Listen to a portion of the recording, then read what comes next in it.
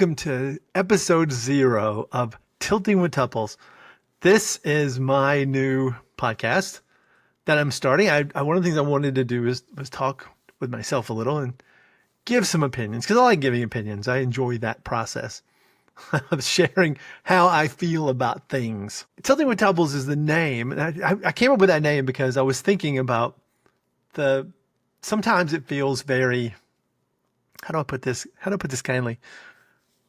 Unrealistic to ask for the things that I ask for in terms of like data quality and stuff like that. Because it's always been that way. I've been doing this 30 some years now. So I have a few examples.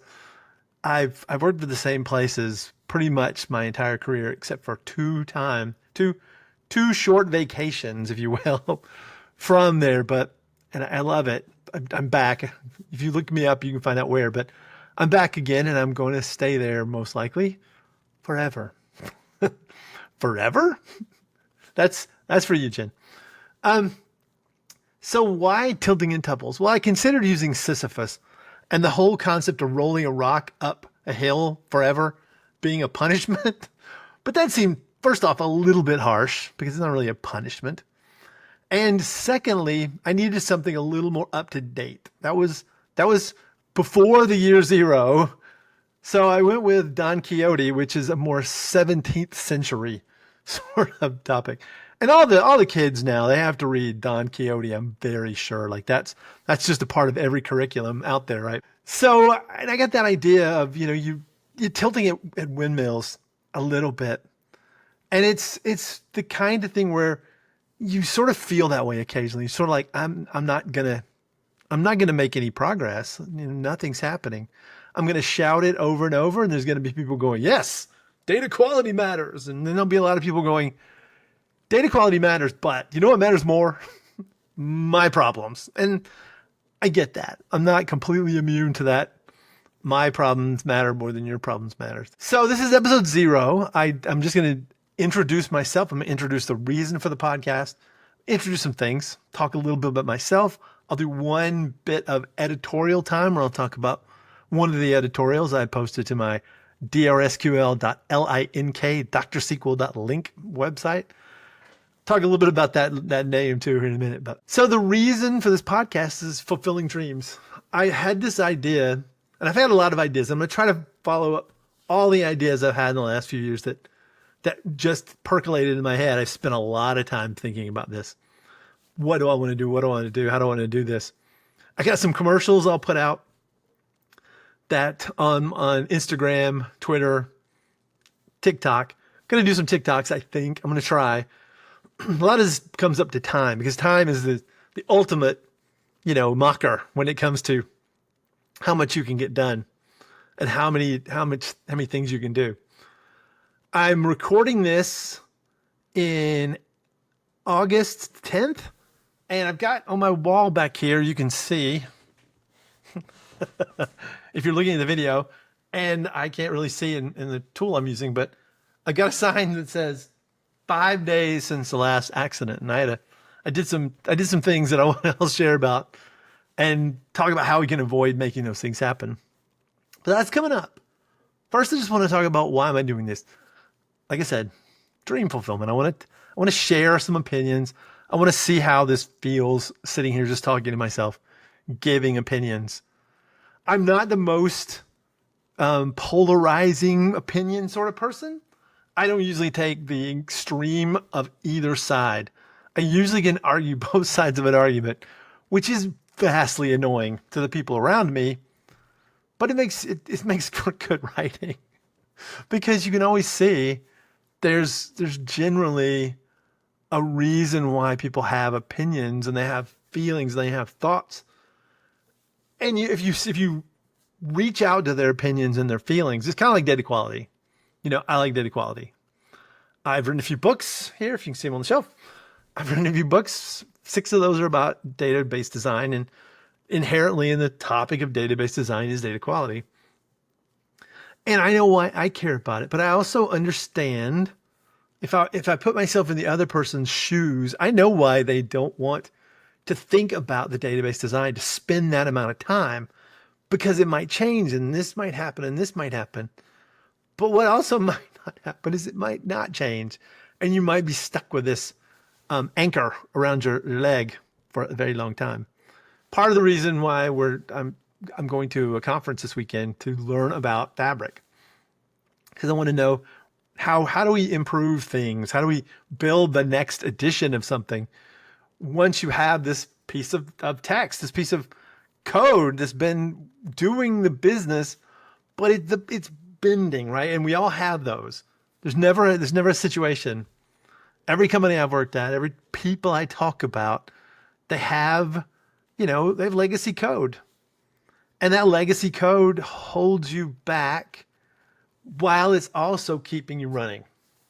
It's like an old car, right? You've got an old car, breaks down occasionally, but most of the time it gets you to work.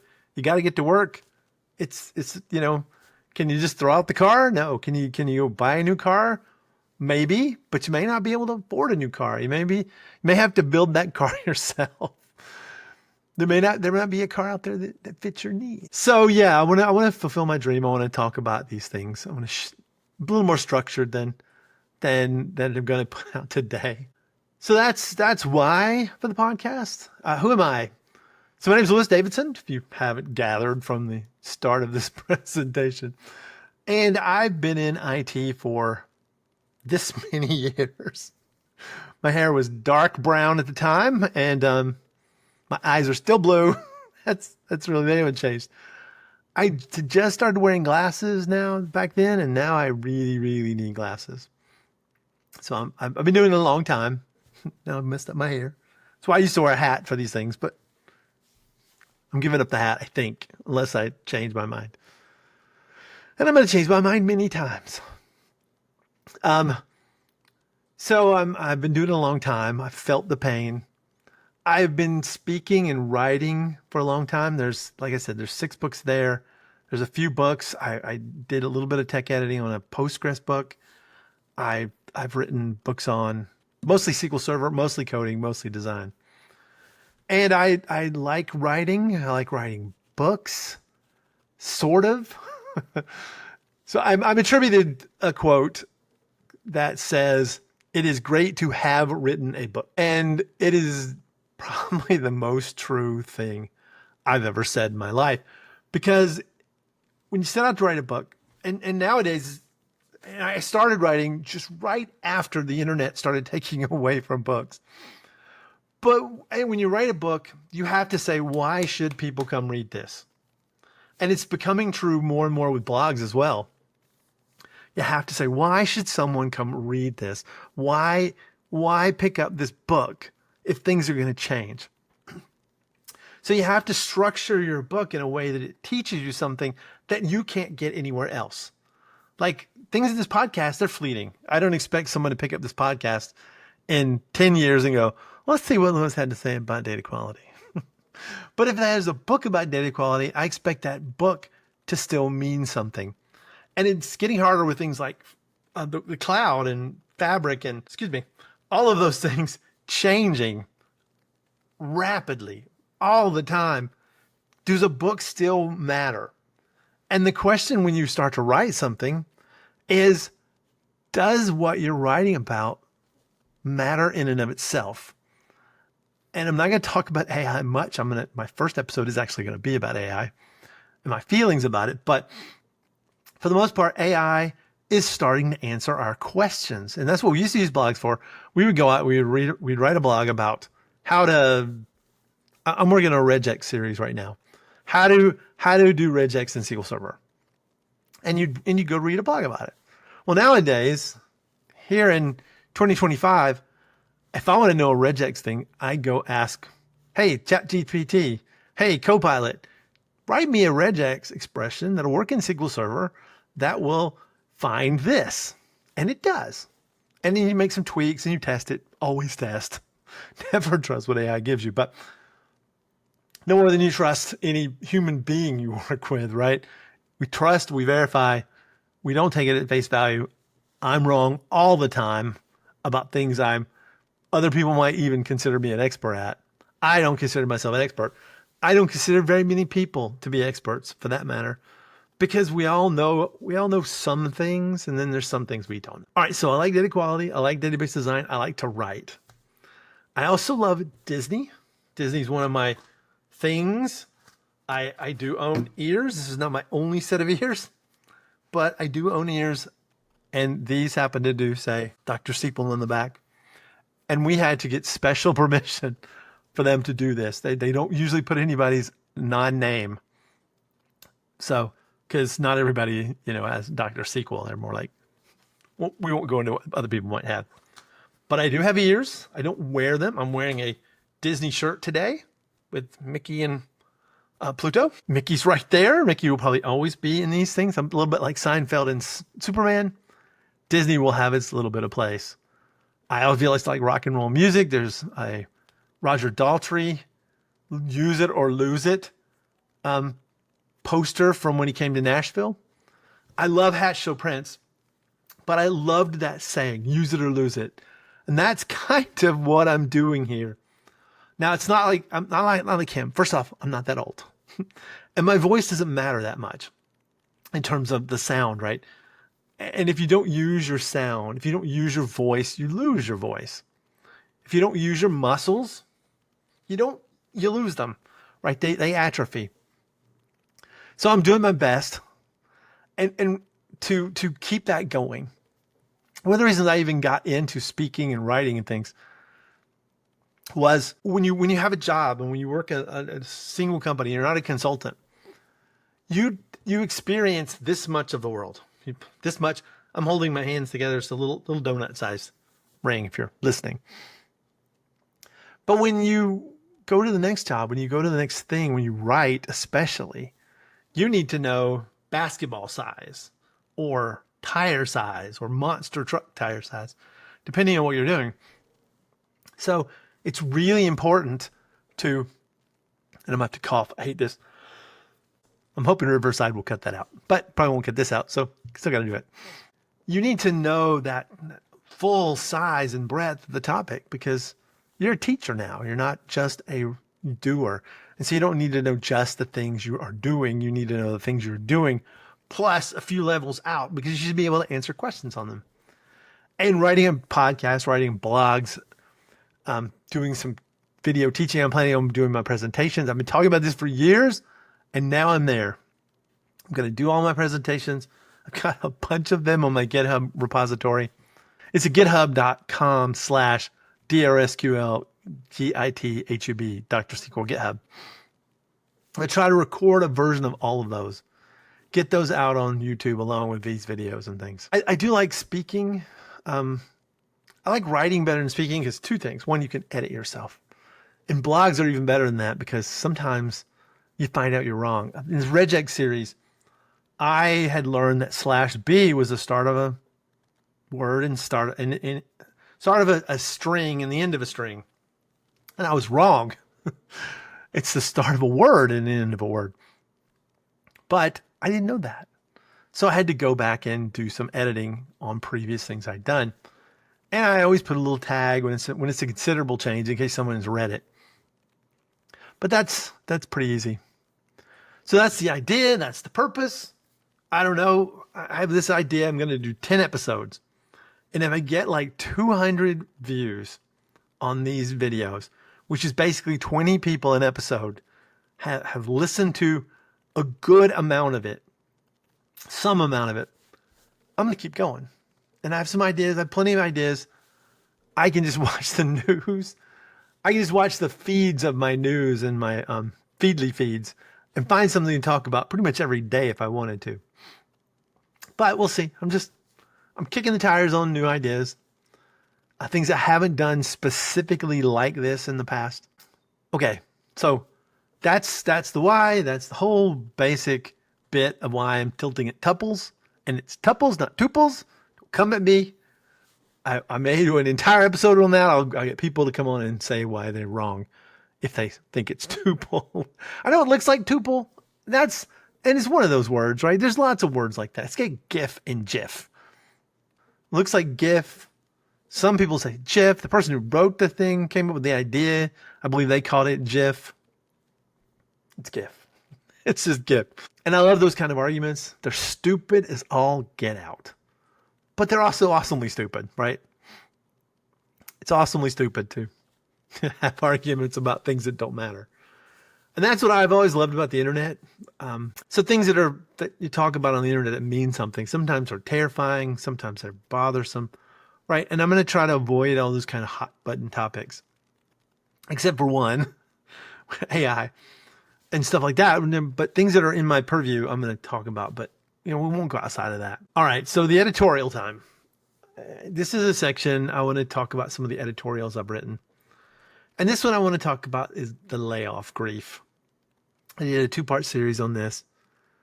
And one thing I noticed when I got laid off recently, and honestly, when I was laid off about 23 years ago at this point, is that every memory of a job, every memory of a people, all those things that you really liked. And I've liked every job I've had. I've never had a job where I was like, I hate this job. Well, okay. Since I quit working at Long John Silver's back in the day, and it's nothing about them. It just smells like fish, and there's only so much you can take. I liked working at Wendy's, but the fish smell was too much. I couldn't do that all the time. And I've loved every job I had. So when I lost the first job, they were changing the way they were doing things, and they wanted someone more generalist. I am very much not a generalist. I'm a very, very much I hate the lighting, very much a person who is a specialist. I'm not a great learner. It takes me a long time to learn something, but that's why I write about it, because it forces me to go through that process, and it forces me to learn it. And if you learn it good enough to teach it, you can learn it enough to do it.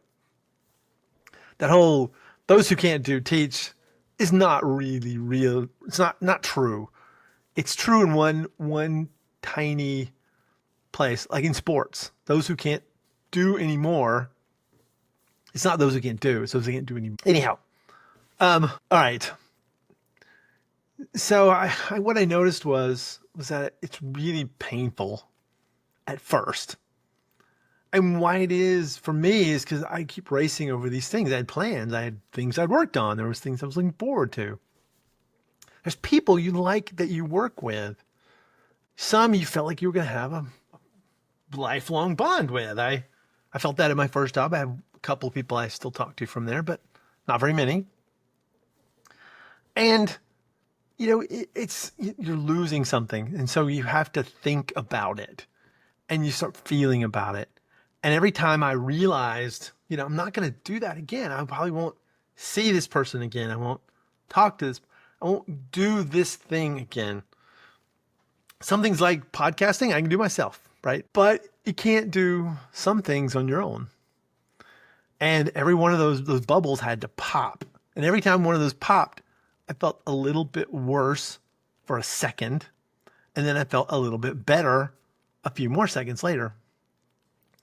And it by the end of the process, all of those memories are gone. Well, they're not gone. They've been transformed from a future facing memory to like a past memory. And I started reconciling the feelings that I had. Some things just never changed. My new boss, who was my old boss, I've worked at this company I work for now. You can go check it out. I think I may have said this already, or I may have said this in practice, but I work at the same place. You can check it out. You can find it if you want to. But my new boss said, I see you're paranoid. My little bit of paranoia is still there.